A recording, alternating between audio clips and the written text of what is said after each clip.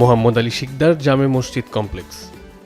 চট্টগ্রামের চন্দনাইশের ফাতেনগর শিকদার বাড়িতে তুরস্কের ঐতিহাসিক অটোমান মুসলিম স্থাপত্যের আদলে নির্মিত হয়েছে দৃষ্টিনন্দন শিকদার বাড়ি জামে মসজিদ কমপ্লেক্স।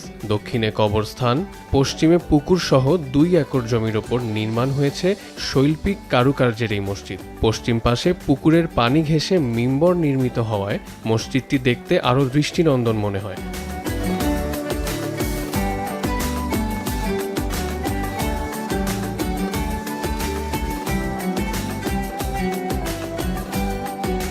ভেতরে চারপাশে কাঠের ফ্রেম, মাঝখানে গম্বুজ বরাবর খালি রেখে শৈল্পিক কারুকাজের কারণে এটি দেখতে আরও দারুণ লাগে। প্রকৃতপক্ষে 1800 খ্রিস্টাব্দের শুরুতে মোহাম্মদ আলী শিকদার তার পূর্বপুরুষ ফতে আলী শিকদারের নামে ফতেহনগর গ্রামের গোড়াপত্তন করেন। পরবর্তীতে 1840 খ্রিস্টাব্দে শিকদার পরিবারের আরেক কৃতি পুরুষ ওবায়দুল্লাহ সেখানে একটি পূর্ণাঙ্গ জামে মসজিদ তৈরি করেন। মসজিদের ভবিষ্যৎ রক্ষণাবেক্ষণ ও অন্যান্য খরচ মেটাতে তিনি কাজীর ঘোনায় 1 একর উর্বর জমি মসজিদের নামে ওয়াকফ করে দেন। 1943 খ্রিস্টাব্দ মহামনন্তরের পর ব্রিটিশ খেদাও আন্দোলনের প্রবাদ পুরুষ তৎকালীন জোয়ারা বোর্ড প্রেসিডেন্ট নজিরুদ্দিন আহমেদ তার মুরুশি জায়গায় অজু করার সুবিধায় মসজিদের পাশে একটি পুকুর খনন করে দেন।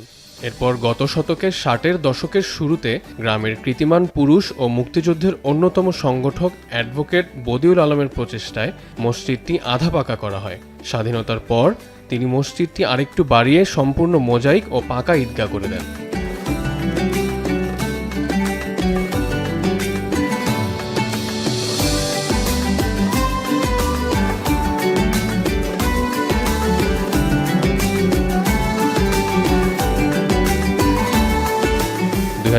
সালে গ্রামবাসীর সহযোগিতা ও অনুপ্রেরণায় শিকদার পরিবারের বর্তমান উত্তরসূরি কূটনীতিক জিয়াউদ্দিন আদিল ও তার সহধর্মিণী মার্কিন দূতাবাসের সাবেক কর্মকর্তা সালমা খানমের প্রচেষ্টায় তুরস্কের ঐতিহাসিক অটোমান মুসলিম স্থাপত্যের আদলে মোহাম্মদ আলী শিকদার জামে মসজিদ কমপ্লেক্সটির নতুন আঙ্গিকে আধুনিক ও বড় পরিসরে পুনর্নির্মাণ কাজ শুরু হয়।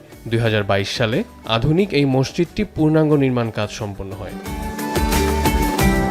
তাসদিদ ওয়াসেল রুহিন, এখন।